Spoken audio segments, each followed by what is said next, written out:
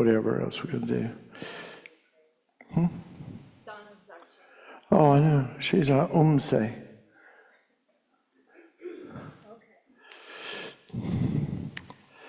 So we start out with, how many people are brand new, like right off the boat? Never been here before? Anybody? A couple of people, probably from Meredith College, coming here to do a part of a project, or no? Oh, okay. We've had a fair number of people from that place. Where's the refuge? What page? You'd think I'd know this by now. All right,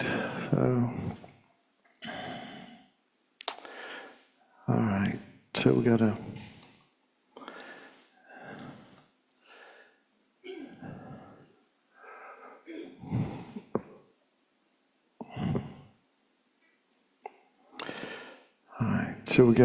we need to start out with these rituals that we do,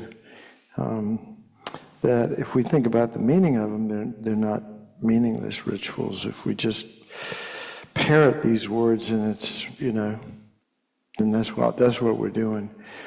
So we usually start out with taking refuge and generating bodhicitta. So refuge is like in the Buddha, Dharma, and Sangha, it's like distinguishes us from as Buddhists from non-Buddhist, and then generating bodhicitta distinguishes us from people who practice Buddhism from the individual vehicle versus, in other words, for self-liberation versus becoming enlightened for the benefit of all living beings. So that's really a distinguishing feature of Kadampa Center, is our commitment to that particular ideal of achieving enlightenment for the benefit of others, not just ourselves. And then the four measurables have to do with love and compassion and joy and equanimity and several in prayers. So we'll do all of those. Pardon? Yeah. I just do refuge, bodhicitta, four measurables, seven limb prayer, mandala offering. Do y'all do that? All right. Well, Donna, you're the ones that go for it. Yeah, I don't have seven limb prayer. Oh, you don't? Okay. I'm just here.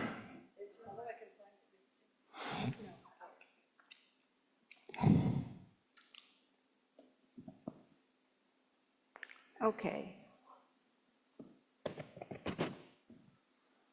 I'm not making any sound. Okay, good, thank you.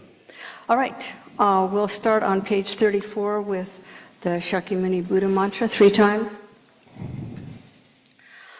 Teata Om Mune Mune Maha Munaye Soha.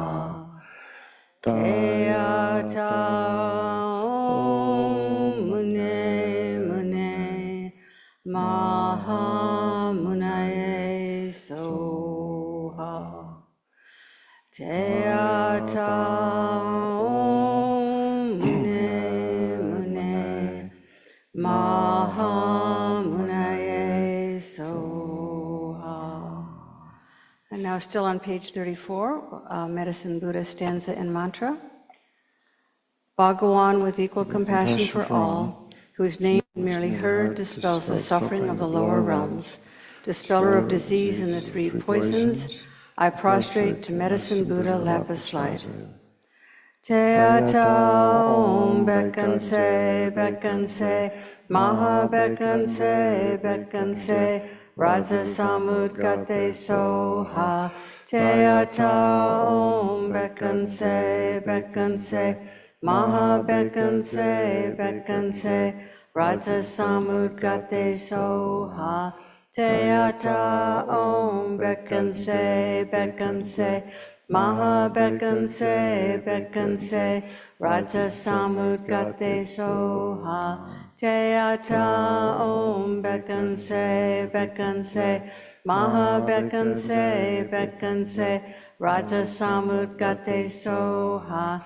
Jayata Om Bekanse Bekanse Maha Bekanse Bekanse Raja Samudgate Soha Jayata Om Bekanse Bekanse Maha Bekanse Bekanse Raja Samudgate Soha Jayata Om Bekanse Bekanse Maha Bekanse Bekanse Raja Samudgate Soha. And now the four immeasurables, also on page 34. May all sentient beings have happiness and the causes of happiness. May all sentient beings be free from suffering and the causes of suffering. May all sentient beings be inseparable from the happiness that is free from suffering. May all sentient beings abide in equanimity, free from attachment for friends or hatred for enemies. May all sentient beings have happiness and the causes of happiness.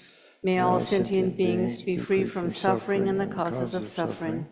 May all sentient beings be inseparable from the happiness that is free from suffering. May all sentient beings abide in equanimity, free from attachment for friends or hatred for enemies. May all sentient beings have happiness and the causes of happiness. May all sentient beings be free from suffering and the causes of suffering. May all sentient beings be inseparable from the happiness that is free from suffering. May all sentient beings abide in equanimity, free from attachment for friends or hatred for enemies.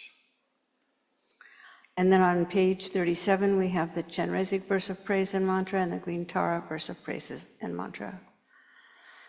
Not veiled by any fault, white in color, whose head a perfect Buddha crowns in light, gazing compassionately at all beings, to you, Chenrezig, all-seeing one, I prostrate. Om Mani Padme Hum, Om Mani Padme Hum, Om Mani Padme Hum, Om Mani Padme Hum, Om Mani Padme Hum, Om Mani Padme Hum, Om Mani Padme Hum, Om Mani Padme Hum. Tare liberates from psychic existence. Tu Tare liberates from the 8 fears. Ture liberates from all sickness. I prostrate to the liberator, Mother Tara. Om Tare Tu Tare Ture Soha. Om Tare Tu Tare Ture Soha. Om Tare Tu Tare Ture Soha. Om Tare Tu Tare Ture Soha. Om Tare Tu Tare Ture Soha. Om Tare Tu Tare Ture Soha. Om Tare Tu Tare Ture Soha. And now back on 34, refuge in bodhicitta. I go for refuge until I am enlightened, to the Buddha, the Dharma, and the Supreme Assembly. By the merits I create through listening to the Dharma, may I become a Buddha to benefit all sentient beings. I go for refuge until I am enlightened, to the Buddha, the Dharma, and the Supreme Assembly. By the merits I create through listening to the Dharma, may I become a Buddha to benefit all sentient beings. I go for refuge until I am enlightened, to the Buddha, the Dharma, and the Supreme Assembly. By the merits I create through listening to the Dharma, may I become a Buddha to benefit all sentient beings.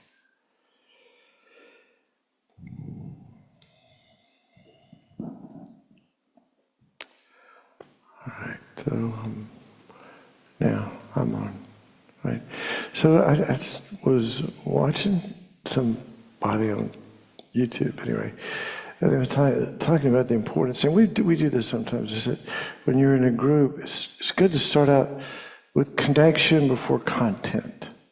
So in other words, get to know other people in the room so you feel comfortable and accepted and whatever, and connected to other people. So let's take a couple of minutes, please, to just turn to at least 2 other people, introduce yourself, and maybe say like 1 or 2 things that you're thankful for.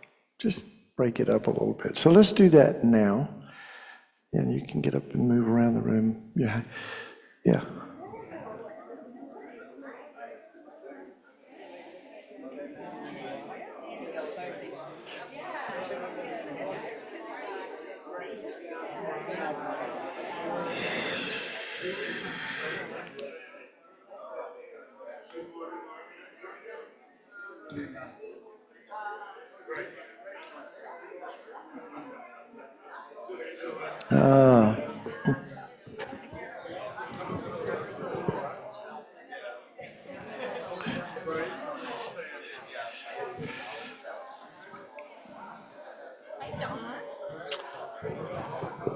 My name's Don, Hello, Doc. It's nice and to I'm meet you. thankful for Kadampa. I'm thankful for you. Thank you, Don. Thank you.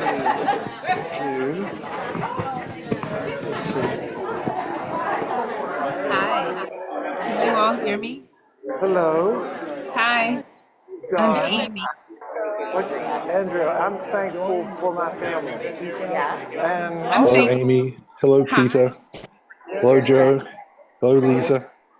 hi. Hello, Dennis. So I'm thankful for life. I'm thankful for my beautiful plants that are thriving, and I'm thankful for being able to join online today. I am thankful for being awake and the chance to learn.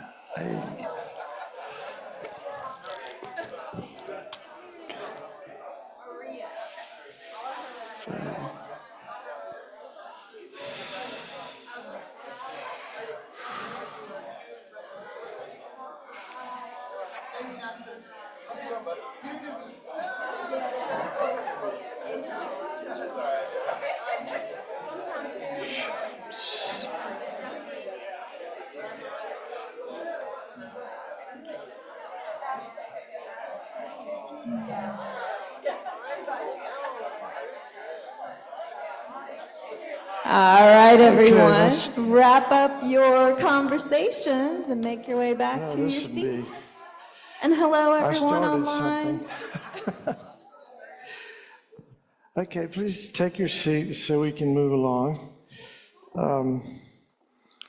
Now take all of that good energy and we're going to settle down and do a little meditation together. So there'll be a little bit of guidance, not much. Mostly we'll just have everybody. So let's start out with, obviously your posture is important. I'm not going to go into too much detail, but just a comfortable posture, upright. Your eyes slightly open, if you can do that. Some people are more comfortable with eyes closed, but letting a little light in has a tendency to help keep you more alert. And sit up straight and start out with, we'll do a minute or so of breathing. And you want the exhalation to be slightly longer than the inhalation. We're not going to make it too fancy. Just breathe in, and then the exhalation be a little longer, like 1, 2, 3, 4, and then 1, 2, 3, 4, 5, 6, like that. So we'll do that for a moment.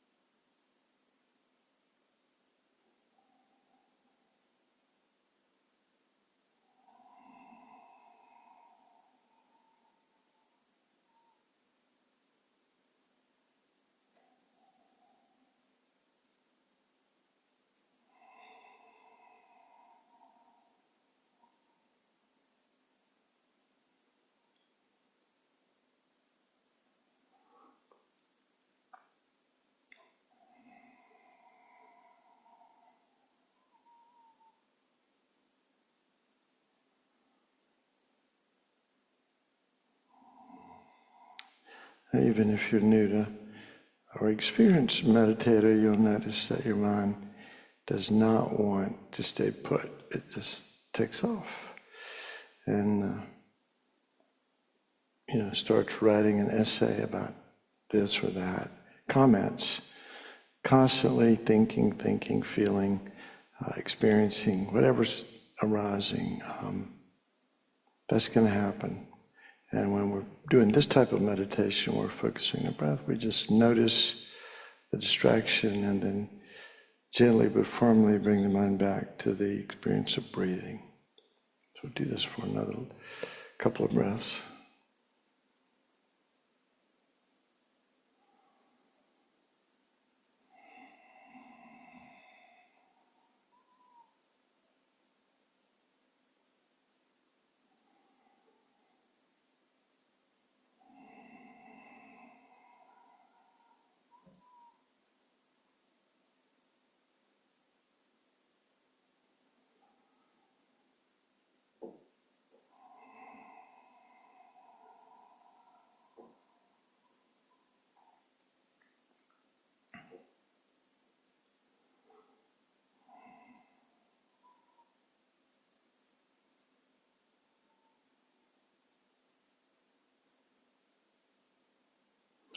And so just touching on some key points in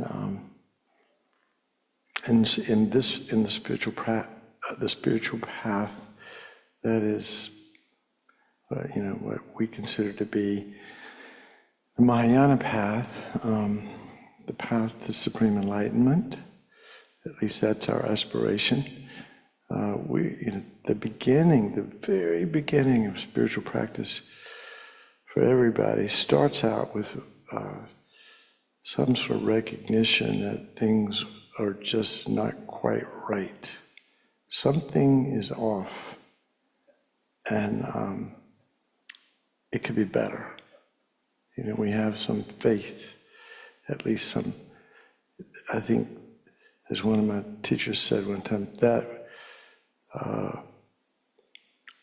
which we're seeking is causing us to seek. So I think we have some basic instinct that we have way more potential than we are accessing in our day-to-day lives. And so again, we have to come to grips with the reality of our situation. So the first step is called renunciation. It's basically it's renouncing suffering. But it's on the flip side of it, it's this determination to be free from suffering. But determination to be free of suffering. Well, right from the get-go, that implies that you believe that's possible for you. That's a big step. Most of us don't really have a sense that we could be free of suffering. We'd like to believe it's true, but it's not our day-to-day reality, usually. I can speak from my own experience. So this takes a little bit of faith in the teachings of the Buddha, and this is where, having encountered enlightened beings, or at the very least, holy beings that are like way beyond us in terms of their spiritual evolution, that's very inspiring to our practice. So in the beginning, we think about how precious this life is because we've dodged a lot of bullets, so to speak. We were born with a healthy mind and body, and we live in a place at a time where we can practice the Dharma, and importantly, we have some interest in it. Many people don't. Spiritual, they don't have any interest at all in spiritual practice. I think it was Socrates that said something along the lines of the unexamined life is a waste, basically. So spiritual practice is really about examining our mind, our life. And so there's so many things that have come together that are positive And we've dodged, as I said, a lot of bullets in terms of things that could have gone wrong. You know, not having the opportunity to practice, not having met the teachers, not having any interest in Dharma and so on. It is a precious life. This life is precious because on many levels, but from a spiritual perspective, it's precious because we can use this lifetime to achieve our dreams for happiness and for being an instrument of benefit to the world, to others. And then another aspect of this developing renunciation is to contemplate. This may sound, again, for new people, a little bit dark, but it's really important to come to reality, to face the reality of our impermanence, both not just the subtle impermanence, that's pretty obvious too, that things are constantly in a state of flux, but the gross impermanence of our body, and the fact that death is definite. We're all going to die. Everybody's died before us. Nobody's been living forever. And when we face that reality, then we have some access to a spiritual path. We determine to practice the Dharma, that particularly if we have faith in Buddha Dharma. And then we realize that death could happen at any moment. I mean, look what happened just last weekend last week in Thursday, Friday. In western North Carolina, over 200 people have died as a result of that storm. Horrible. And I'm sure not a single one of those people thought that they were going to die a day before that happened. But it could happen at any moment. So we must practice the Dharma, and we must practice it immediately, like now. We don't know. Are we going to have a stroke today? Are we going to have a heart attack today? Are we going to get in an accident today? I mean, we don't know. It could be any moment. That life is so precious, and it could be over like, boom, just 1 second, we're gone. So we need to practice the Dharma and do it immediately, do it now, with some sense of urgency. And then lastly, we look at what's beneficial at the time of death. We live our whole lives to accumulate. I was just thinking of going to buy Goodwill later on today and getting rid of some of my junk. We have so much stuff. We spend our lives in constant accumulation mode, and it could be relationships, it could be stuff. Nonetheless, 401ks, monies, job, you name it. So many things that we are busy doing all day long. But what's going to help us at the time of death? Not how much money we've made, not our 401k. We're all born alone and we're going to die alone.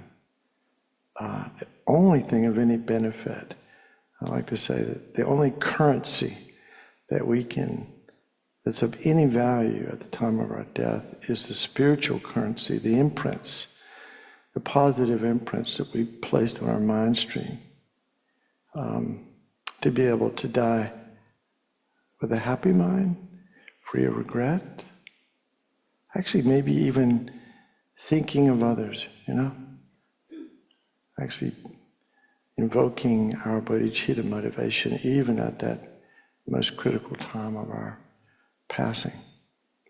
So we must practice the Dharma, we must practice it now, and the only thing of any benefit at the time of death are the strength of our spiritual realizations. So very important. So those reflect on the preciousness of our life and the fact that it could be over any moment.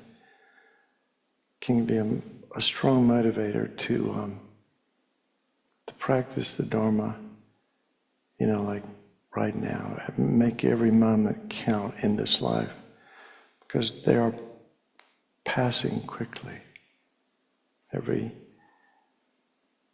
one time we'll breathe in, and we breathe out, and we won't breathe in again. That'll happen. That'll be our death. So we have to be conscious of that. And then the other things that we reflect on when we develop renunciation is karma, that positive actions always lead to happiness. In fact, that's how we define positive actions, is the long-term result of an action. If the long-term result of an action is happiness, then that action was virtuous or positive. And if the long-term result of an action was suffering, then that action was non-virtuous. So the Buddha was kind enough to give us some guidelines about how to behave in terms of our body, speech, and mind.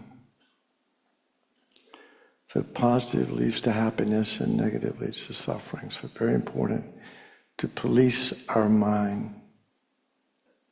Now, they say when you're amongst others, watch your speech. When you're by yourself, watch your mind. Pay attention to your mind. All right. So several other crucial aspects of karma is that it's expandable. So just a tiny little kindness can have huge results. It's like putting a little bit of money in the stock market and then letting compound interest. 50 years later, we've got $1 million. Started out with just a few. It's like that. The seeds of our actions expand exponentially. Positive actions can lead to huge positive results, tiny positive actions. So we want to, again, we're at that point in our spiritual lives where we want to take every opportunity to practice virtue and plant those seeds.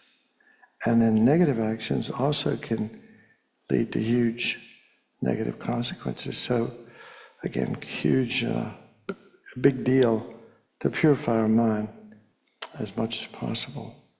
There are practices within Buddhism, Tibetan Buddhism particularly, for purifying our negative karma.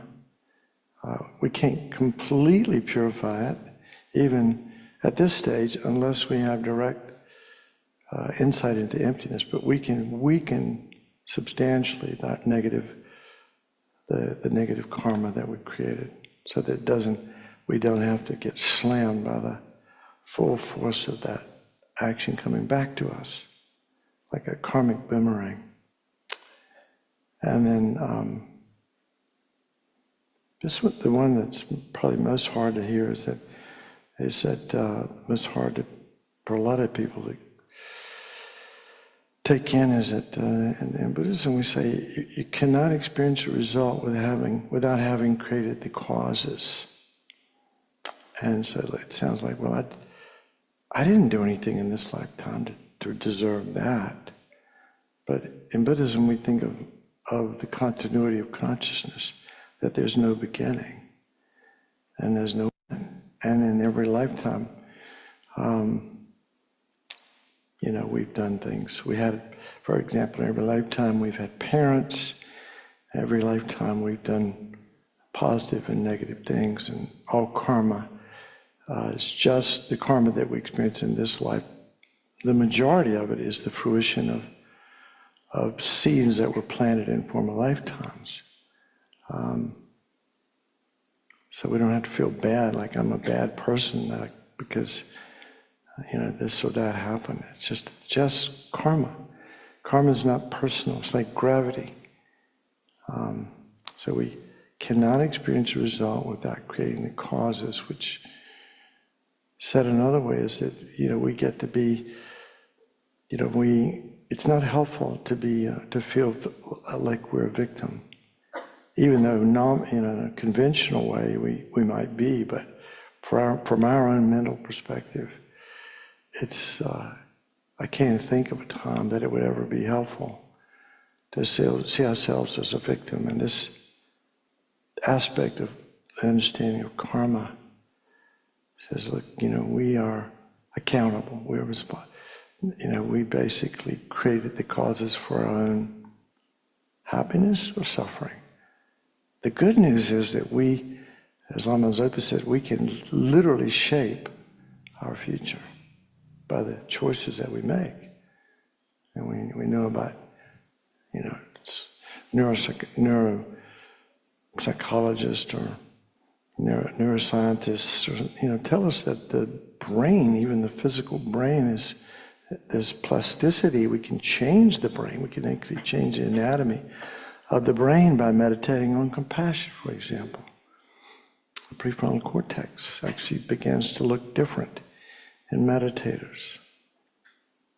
So, and the last aspect of karma is that it's never lost. An action, positive or negative, that karmic seed will eventually ripen in happiness or suffering, with a couple of caveats. One is that we can destroy positive karma by anger and rage or any sort of heavy negative action.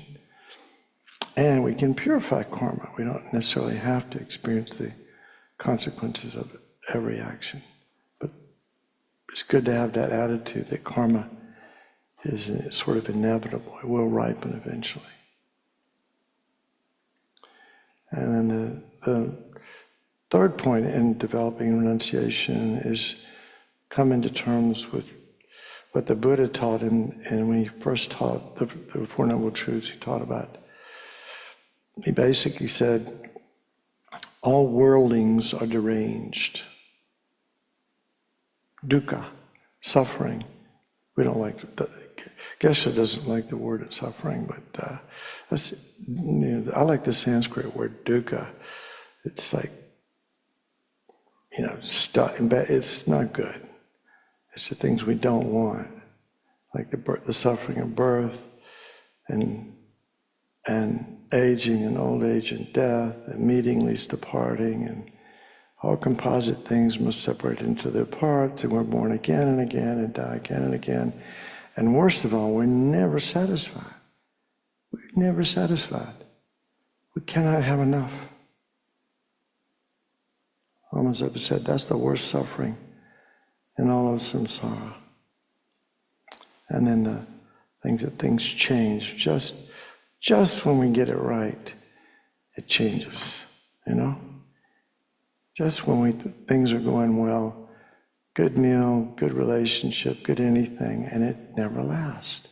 And we're always, again, left with this sense of, there's got to be more. I'm not satisfied. And so there's going to be suffering when we cling to something that's changing. It's inevitable that we're going to suffer. And so part of the solution to that is just letting go. Not easy to do, being in the moment, being accepting of whatever arises in our mind and our experience, and going with the flow. And then the last of those is called pervasive suffering. And it's like, this one's the hardest one to see. The other two, the first one's easy to see, is birth, sickness, old age, and death. And then the suffering of change is a little bit harder to see. We don't want to see that, because that's everything that we now currently aspire to. And the third one is really hard to see, and it's that we're like a magnet for problems, and it's going to be that way from now on. It's pervasive suffering, and the example in the scriptures that at least I've heard is sort of like if you have a burn on our arm and it hurts. It really burns. It hurts. It's constant pain there. But then somebody pours some tepid water on it, and this moment of like, boy, that feels so good. That's so nice. And that, I don't know how long that tepid water comes, but it lasts. But then eventually, the water stops and then the pain comes back. So underneath our lives, these moments of momentary happiness and peace and joy and whatever, there is this notion that dukkha is inevitable. I mean, it's pervasive. And the good news is that Buddhism's positing this is a reality. I mean, if we look carefully at our own lives, we realize that these things are undeniable. But the Buddhist claim is that we can be free of it. He said, you're sick. There's a cause to the sickness. It can be cured. That's the claim. Buddhism, the Buddha claimed that we could be cured of dukkha. And then he laid out the path, which renunciation is the very first step on the path to spiritual awakening. It's kind of a big deal.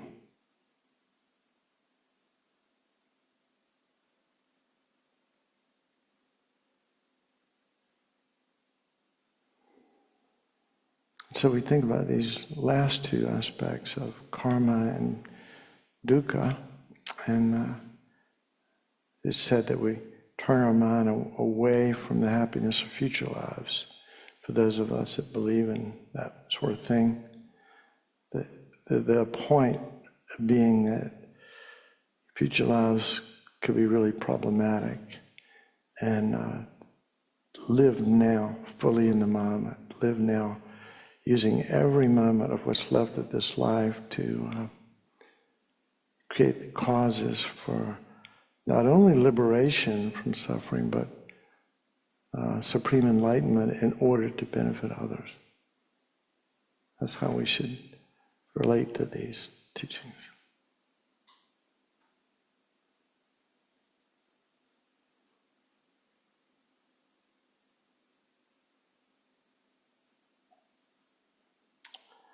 So think just for a moment that as much as you can from your heart, think, I'm determined to be free. I'm determined to stop suffering and to be completely free of suffering. And that I can do that. It's possible to do it.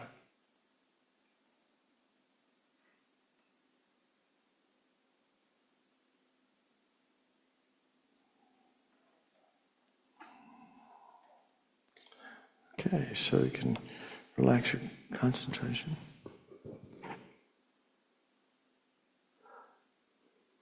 All right, so I wanted to do, I was going to do one of Robbie's 8 verses, but then this week I kept thinking about the word, the concept of forgiveness, and what it means. Because again, you don't see it much in Buddhist teachings, although I did find it. But it was let me see. And it's actually Jeffrey Hopkins, he just died a few months ago. He was considered to be like the ultimate translator, at least for many years, of Tibetan text into English. And in the Bodhisattva vows, the third vow is not forgiving though someone apologizes. Not forgiving though someone apologizes. Now, there are other translators that say failing to accept someone's apology. But Jeffrey described, and that's really about the only time I ever remember reading about forgiveness. And so it's not, when I tell Robbie I might be talking about forgiveness, he says, well, good luck with that. Because, we don't think about it much. Like, I forgive myself, I forgive myself, I forgive myself, I forgive myself. Does that do anything? Maybe, maybe not. Just saying the words. So, I was curious. I want to hear what people out there have to say, what they think about the notion of forgiveness. Because I think there are two aspects of it. When I was thinking of, just before I came this morning, I think part of it, like when we do Dorji Kadro, on New Year's Eve, like that's us purifying, we're oh, okay, well, I'm nailed. Okay, I give up. So, we do Dorji Kadro to let go of negativity, right? We bring to mind things that we've done in this, maybe in the last day or two or years, but we've done everything in every lifetime. So we can think, well, I haven't killed anybody. I've killed some things, but I've not killed anybody in this life. But then again, when we do Dorji Kadra, we think, okay, killing, I want to let go of all the negative karma of killing, not only in this life, but past lifetimes as well. And then we put the black sesame seeds into the fire, and then stealing and adultery and lying and slander and harsh speech and frivolous speech and greed and hatred and ignorance and whatever else you can come up with.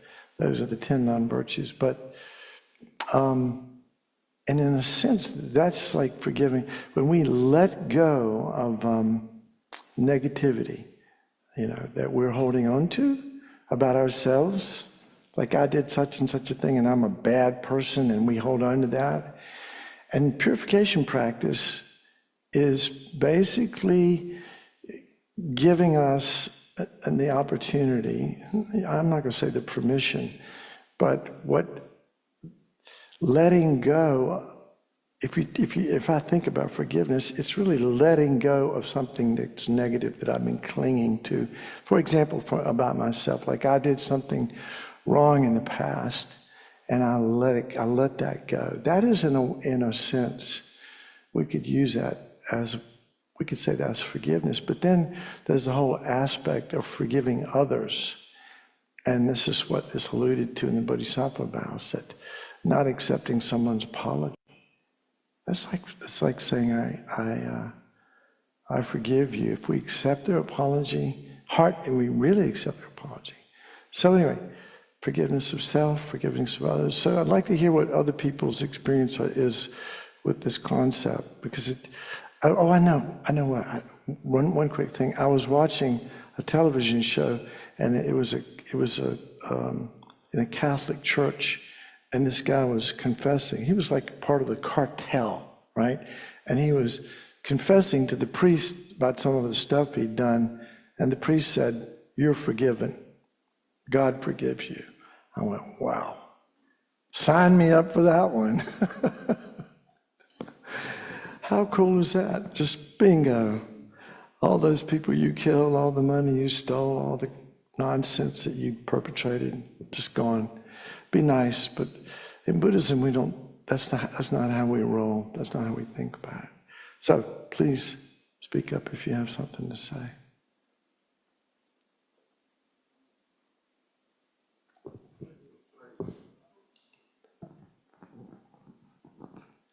I tend to think that for me, forgiveness is all about other people.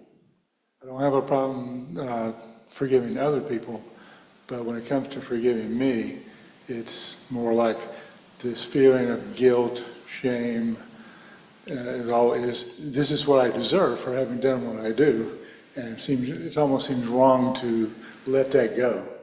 That I'm just enduring the fruits of what I've done. Yeah. And I think, that, again, this gets back to Buddhist purification practices, where we bring to mind things that we've done. I mean, could be Vajrasattva, the 100-syllable mantra. We don't have time today, of course, but I brought that little book along. But again, we bring to mind things that we've done. And the 4 opponent powers, you remember what those are? I think a lot of you do. The first one is called taking refuge, basically, in cultivating compassion. It's just really taking refuge in something beyond our ego, like Buddha, Dharma, and Sangha. Enlightened beings, energy pervades the universe. So we take refuge in that and compassion. And then the second part of it is really important, and that's actually to come to terms with our own things we've done. Actually be honest with ourselves. I have done this and this and that, and I regret it. We have to come, so the second opponent power is sincere, heartfelt regret, which takes a little introspection. I know, for example, in AA, and the 12 steps are all over the place, 12 steps for weight loss, 12 steps for this, that.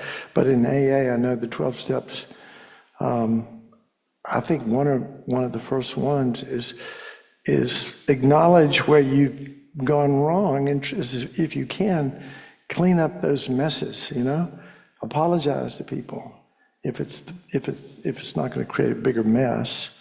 In other words, so being honest about that. So regret is the first one is refuge and compassion. The second opponent power is sincere regret. Again, being brutally honest with ourselves, taking a little inventory of our lives, and maybe just in the last couple of days, but also in years past, where we're still holding on to some negativity about ourselves, like I'm a bad person because I did this, this, and this.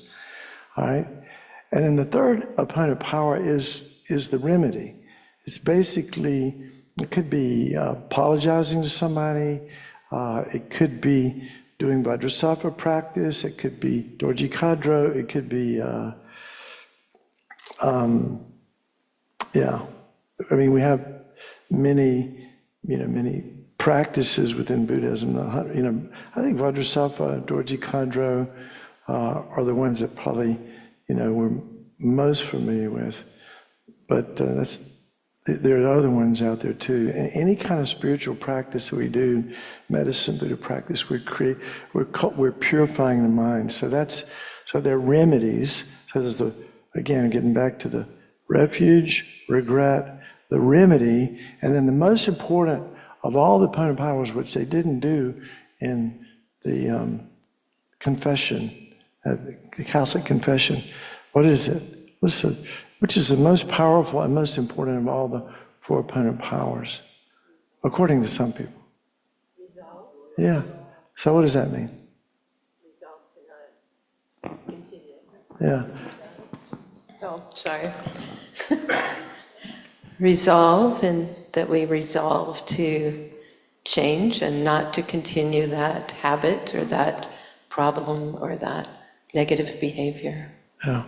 And so this is really big, because sometimes we don't want to lie about things. I'm never going to do that again. And then we turn around and do it again 5 minutes later. Now we have more stuff to clean up. So maybe you just resolve, well, I won't get angry for 2 seconds. That's a good, something like that. Or it might be easy to say, well, I'm unless some incredible provocation occurs, I'm never, ever going to kill a human being. It's just not who I am.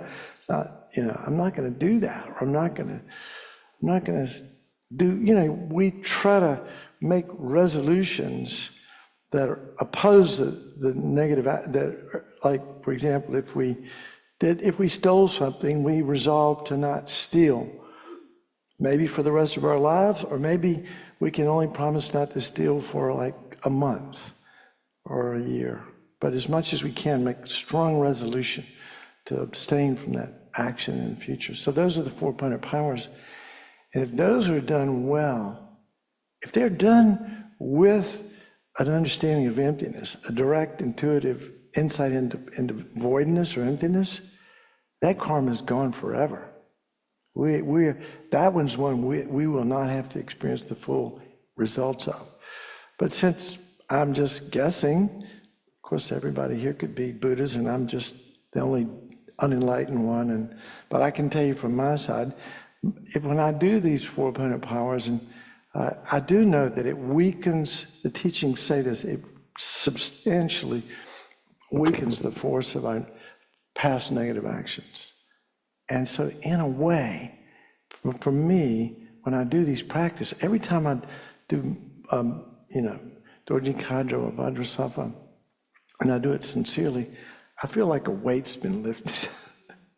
I think people come on, we have more people here on New Year's Eve than any other time of the year. Because people love the idea of letting go of the negativity of the past year. There's something freeing about that. I think and I'm going to call it self-forgiveness. We're forgiving ourselves and moving, cleaning the slate. So, all right, that's my 2 cents worth anyway.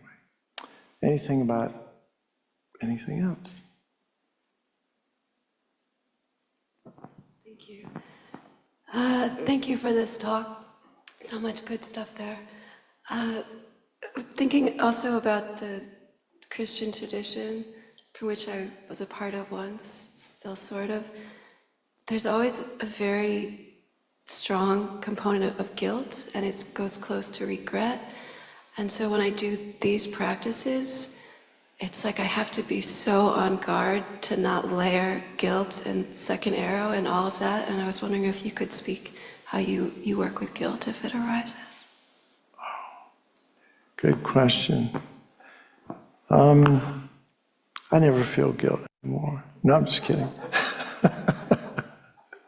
When I think about it, though, I think of this story. Robbie will remember this. There's these 3 Buddhist monks who go to a bar, right? And the bartender pours them like 3 drinks.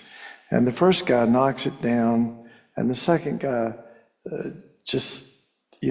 about a half a second later just takes a sip, and the third guy's got it right up to his lips. Well, the first monk falls over dead, and then the second monk, again, he did take a little bit of it. He falls over dead, but a few minutes later. And then the other guy just had taken a sip of it, and what's on his mind? You think he's feeling guilty? No, he's feeling regret. I just poisoned myself. And he's going to try to throw it up as quick as he can. So again, that karma is that way. It's not personal. It's like gravity. If you do this, you get that.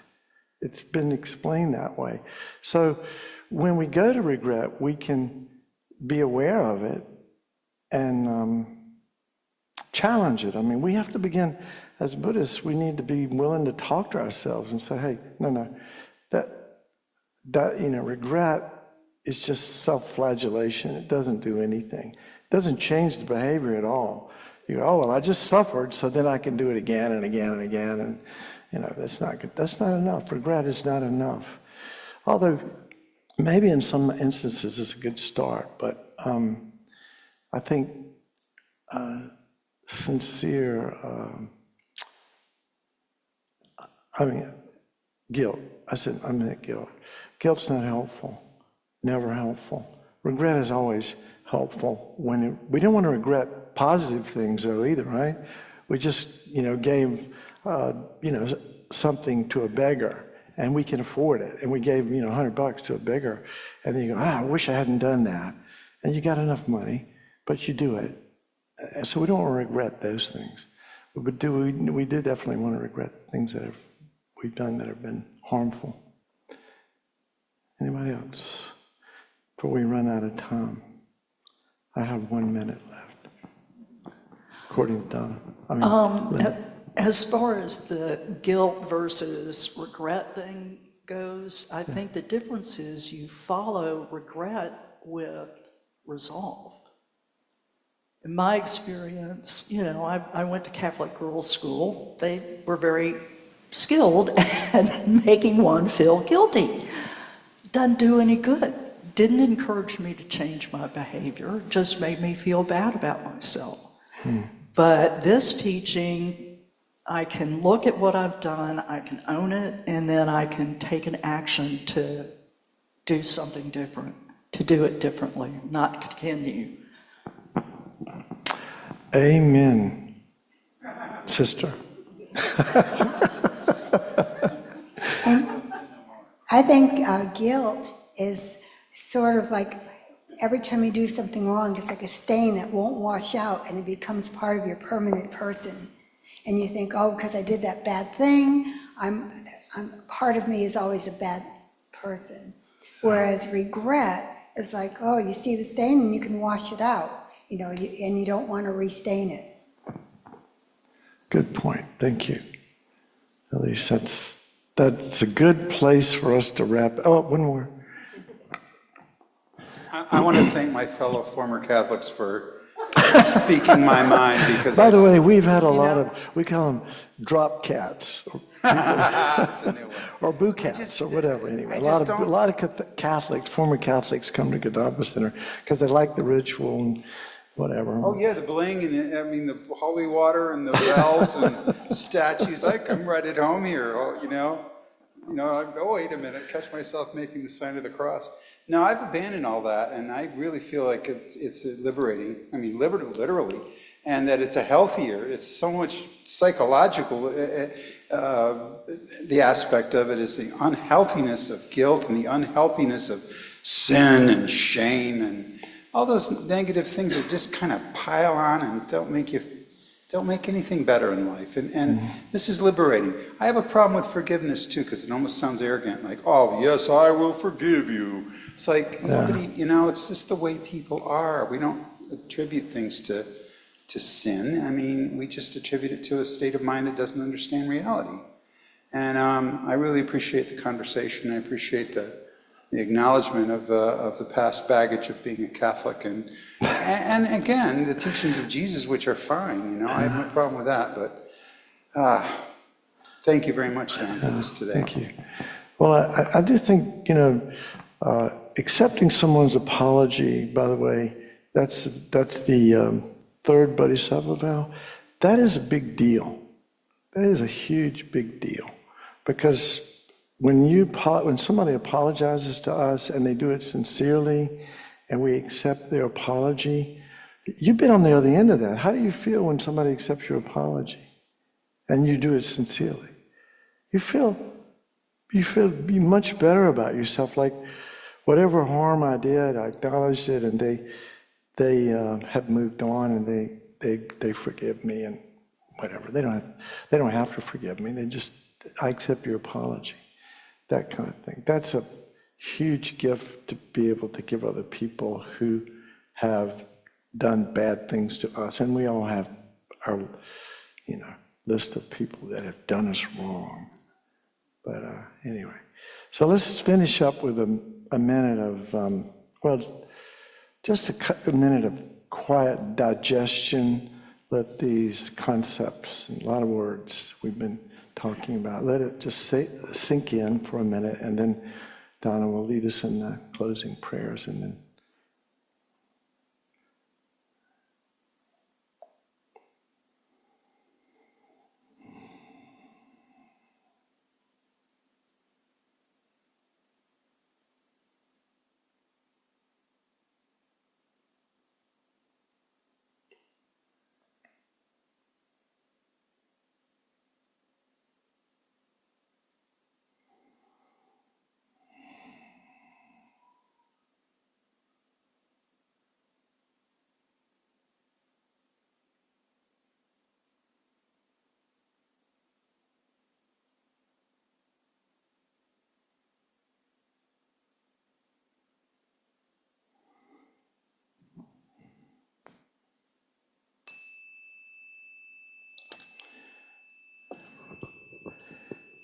there's obviously a lot more meat on that bone, so to speak, but that'll be it for another day. Yeah.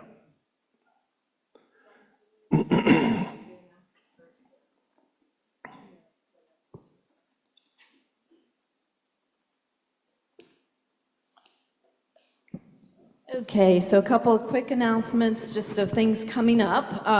We have first Saturday meditation on the second Saturday this month, so that's coming up next Saturday. And that's from 9:30 to 11 online.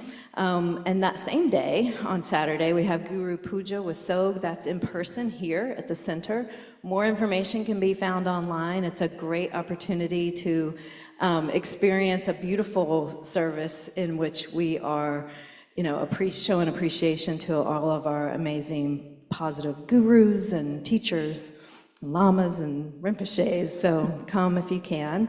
And then the family program for children about 5 and up. If yours is a little younger, that's okay. Next Sunday on October 13th, and that'll be from 10:30 to 11:30, which is when the teaching will be next Sunday. But all of that information can be found on our website, so be sure to go to kadampa-center.org, and up in the upper right-hand corner is Contact Us. So if you're not already signed up to receive our emails, our weekly emails, I encourage you to do so, because you'll get one email a week right into your email box, and you'll see what's coming up that whole next week. And I think Robbie has something else. Thank you. Thank you, Don. Yeah, that was a great discussion. As people can see, our much anticipated renovations are proceeding apace, which means that the bills are also starting to come in, and people have been very generous supporting this project, and we say thank you. But if you're able to make a financial contribution, that will be very helpful. You can find the information on our webpage. You go to the upper right-hand corner of the homepage, click on donations, and it'll tell you how to donate, and make sure you mark it for special renovations. After we finish in here, I'm going to be putting labels on a mailing to go out to people about this project. So if anybody has 10 or 15 minutes to help with that, we'll be at the table out in the lobby putting on labels, and it should go pretty quickly. And David Strevel is our project manager, so he can give us a more accurate update. Thank you, Robbie. As you can see, we are sort of halfway through our renovation. The wiring and the plumbing is almost all done, and they're putting plasterboard back on the walls because the city inspector has been here and approved everything that's inside there.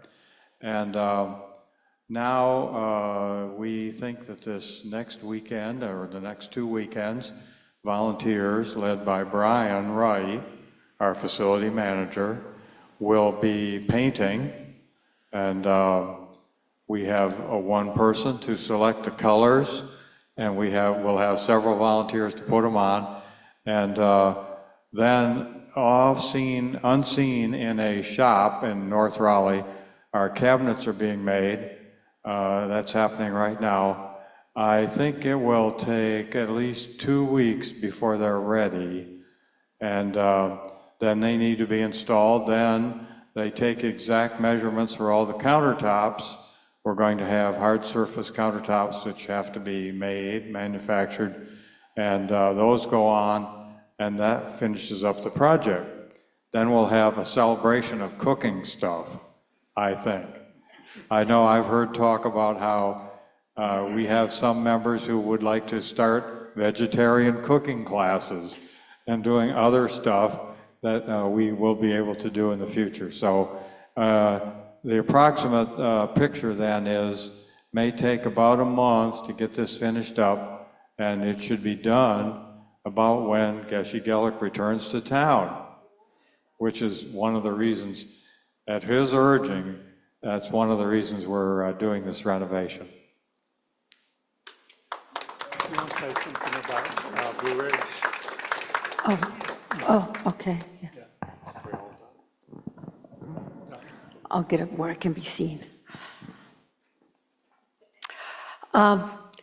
This will be especially of interest to anybody who has gone to the Light of the Path. We kind of have a very special connection with YMCA Blue Ridge Assembly up in Black Mountain, where we held, I think, 6 Light of the Path retreats with Lama Zopa Rinpoche, and it's really an amazing, beautiful place.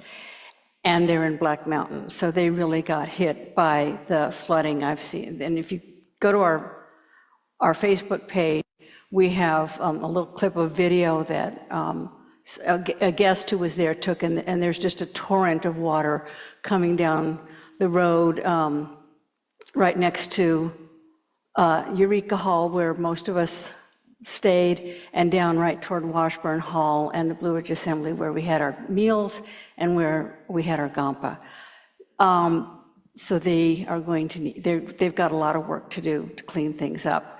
If you do go, I guess if you go to, we don't have anything on our website, but if you go to the YMCA Blue Ridge Assembly website, then they have a link if anyone has moved to make donations to help them, because they've probably got, I don't know, millions of dollars in repairs to do from the damage, at least hundreds and hundreds of thousands. So because we have that connection with them, that we're just letting you know about that situation. Thanks.